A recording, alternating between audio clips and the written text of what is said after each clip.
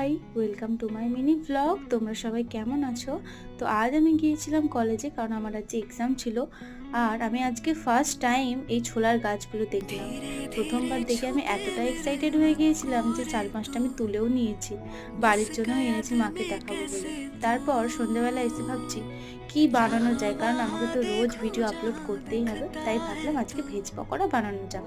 প্রথমে গাজর, বিট আর বাঁধাকপিকে খুব ভালোভাবে ছোটো ছোটো করে কেটে নিয়ে নুন জল দিয়ে আমি ভিজিয়ে রেখেছিলাম। পর আমি দিয়েছিলাম পেঁয়াজ কুচি, রসুন কুচি আর লঙ্কা কুচি।